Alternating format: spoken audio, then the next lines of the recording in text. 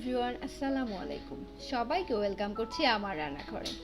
আজ আমি আপনাদের সাথে রমজান স্পেশাল পারফেক্ট বুন্দিয়ার রেসিপি শেয়ার করছি।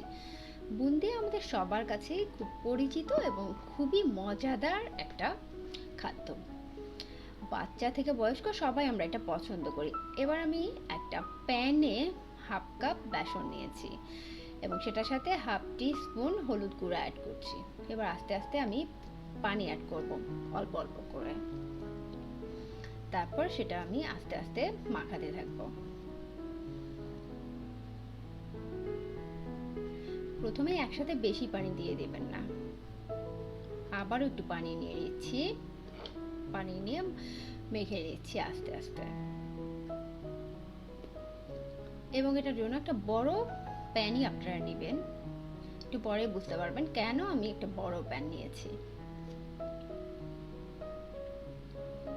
আরও একটু পানি নিয়ে নিচ্ছি।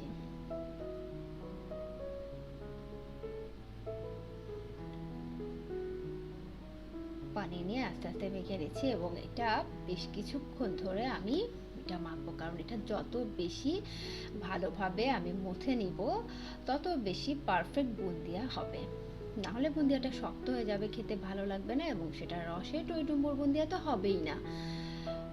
সেজন্য আমি হাতের তালুর সাহায্যে বারবার করে হাতের তালুটা পাত্রের সাথে ঘষে ঘষে ব্যাটারটা বানিয়ে নিচ্ছি।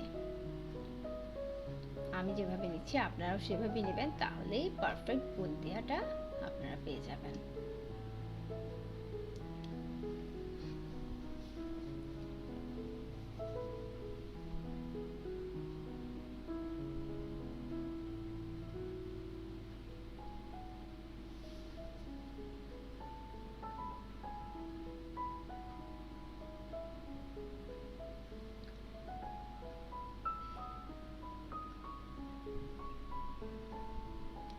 তারপর এটার সাথে আমি একটু বেশি করে পানি দিয়ে দিচ্ছি। ব্যাটারটা আমি যেমন চাচ্ছি, বেশ খুব পাতলা না হলেও মোটামুটি পাতলা, যেটা আমি আপনাকে কনসিস্টেন্সিটা দেখিয়ে দিচ্ছি। দেখে নিন কনসিস্টেন্সিটা কেমন হবে, যাতে আমি ইজিলি যখন চাকনা হাতাতে ব্যাটারটা দিব নিচে আপনার প্যানের মধ্যে বুন্দিয়াটা পড়ে যেতে পারে। এবার আমি চুলায় একটা প্যান নিয়ে নিয়েছি, সেটাতে তেল গরম হচ্ছে। এখন আমি আস্তে আস্তে চাকনি হাতার সাহায্যে দিয়ে দিব ব্যাটারটা। এই দেখেন কত ইজিলি পড়ছে, কিন্তু আপনার যদি ঘন ব্যাটার হয় তাহলে কিন্তু এরকম ইজিলি পড়বে না, তখন আটকে যাবে আর সুন্দর বুন্দিয়া তো দূরের কথা, আপনার পড়ছেই না, তখন কেমন হবে বুঝেন? দেখেন কত ইজিলি পড়ছে।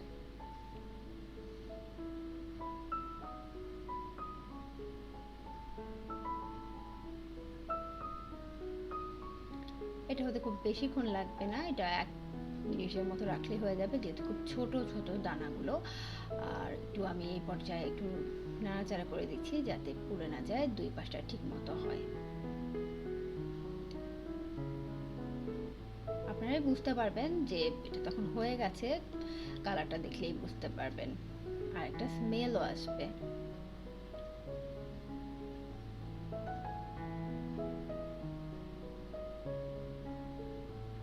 এবার আমি একটি পাত্রে বুন্দিয়াগুলো তুলে নিচ্ছি।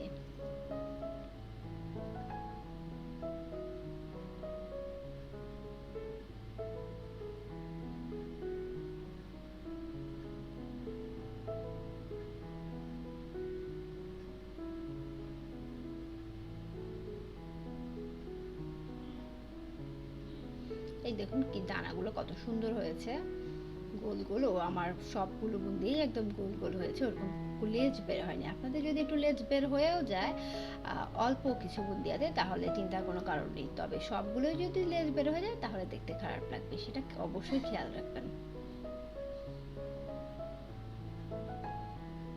আমি আবারও দেখিয়ে দিচ্ছি কিভাবে ভাজবেন।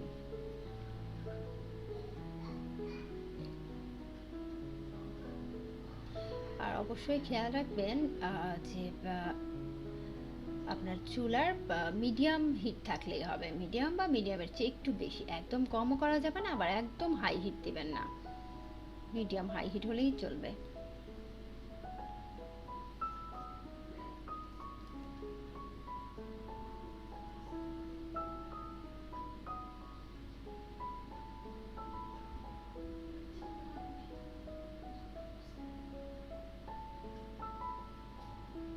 দেখুন কাছ থেকে আমি দেখিয়ে দিচ্ছি বুন্দিয়াগুলো। এখন আমার বুন্দিয়া বানানো বা বেসন দিয়ে বুন্দিয়া ভাজাটা শেষ। এখন আমি আপনাদের জন্য কীভাবে শিরা বানাতে হয় সেটা দেখিয়ে দিচ্ছি।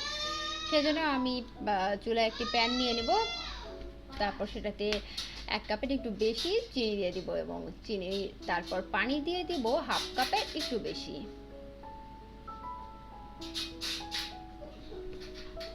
দিয়ে আমি এটা কিছুক্ষণ জাল করব।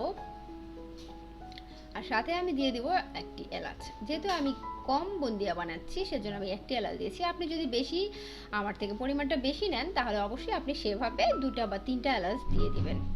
আর এছাড়াও আপনি যদি আরও স্মেল চান তাহলে আপনি এর সাথে গোলাপ জল বা কেওড়া জল অ্যাড করতে পারেন। এই পর্যায়ে আপনি নাড়ানি দিয়ে একটু নেড়ে চেড়ে দিব আমরা।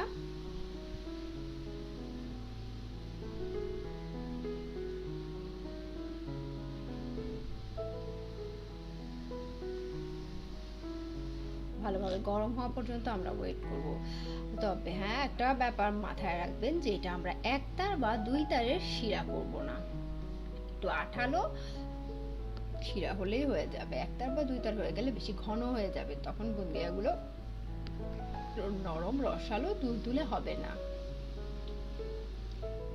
এই দেখুন মোটামুটি আমার শিরাটি হয়ে গেছে।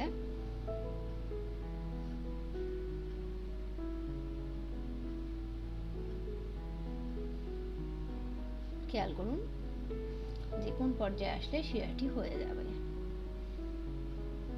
এই যে এরকম যখন সাদা সাদা বলক উঠে যাবে, ঘন হয়ে যাবে, সাদা সাদা একটা ফেনার মতো একটা আবরণ উপরে তৈরি হবে, তখনই শিরাটা হয়ে যাবে। হয়ে গেছে আমার শিরাটা। এখন আমি শিরাটা কিছুক্ষণ রেখে একটু ঠান্ডা করে, তবে একদম ঠান্ডা না, যাতে হাত ডুবালে গরম লাগে এরকম অবস্থা আমি বুন্দিয়াগুলো দিয়ে দিচ্ছি। এবং বুন্দিয়াগুলো দিয়ে দেওয়ার পর আমি একটু নেড়ে চেড়ে ভালোভাবে যাতে শিরাগুলো ভেতরে যায় এরকম একটা করে দিয়ে দেব। দেখেন আপনাদের সুবিধার্থে আবার দেখিয়ে দিচ্ছি কিভাবে আমি নেড়ে চেড়ে বুন্দিয়াগুলো দিয়ে দিচ্ছি শিরার মধ্যে। আর আমি বেশি শিরা নিয়েছি। আপনারা যদি এরকম রসালো বুন্দিয়া চান তাহলে এরকম বেশি শিরা তৈরি করবেন। আর যদি আপনারা রসালো না, একটু চিনি মাখা মাখা বুন্দিয়া চান তাহলে এতটা শিরা লাগবে না, আপনারা তখন একটু ঘন শিরা তৈরি করবেন এবং একটু কম। তবে আমার মনে হয় পরোটা বা লুচির সাথে এরকম রসালো টইটুম্বুর বুন্দিয়া খুবই মজা লাগে। এখন আমি 1 ঘন্টার জন্য এটা ঢেকে দিচ্ছি। 1 ঘন্টা পরে আমি ফিরে আসছি। এই যে দেখুন কেমন তৈরি হয়ে গেল নরম রসালো রসে টইটুম্বুর মজাদার বুন্দিয়া।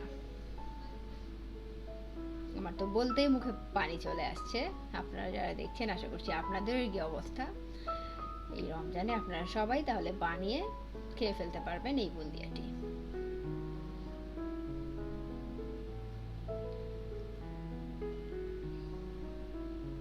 আর এবারে রমজানটা তো আমাদের জন্য একটু অন্যরকম ভাবে আসছে। এবার তো আসলে লাইন ধরে বুন্দিয়া কেনার মতো অবস্থায় আমরা কেউ নেই। সো সেই জন্য বাসায় যদি বানাতে পারেন সেটাই বেটার। আর বাসায় বানানো সব জিনিসই স্বাস্থ্যকর, সেটা আমরা সবাই জানি। আর এটা আমি হলফ করে বলতে পারি এই বুন্দিয়াটি আপনার যে কোনো বাইরের যে কোনো বাবুর্চির বানানো বুন্দিয়ার থেকে আরো অনেক বেশি মজাদার। যদি বিশ্বাস না হয় তাহলে আজকেই ট্রাই করে দেখতে পারেন।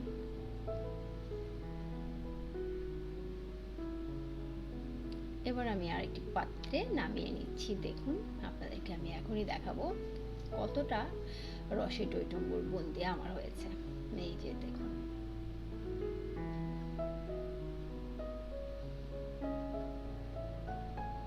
আপনি এটা মুখে দিবেন আর গলে যাবে, আর খাবেন আর আমাকে দোয়া করবেন, এটাই আমি আশা করছি।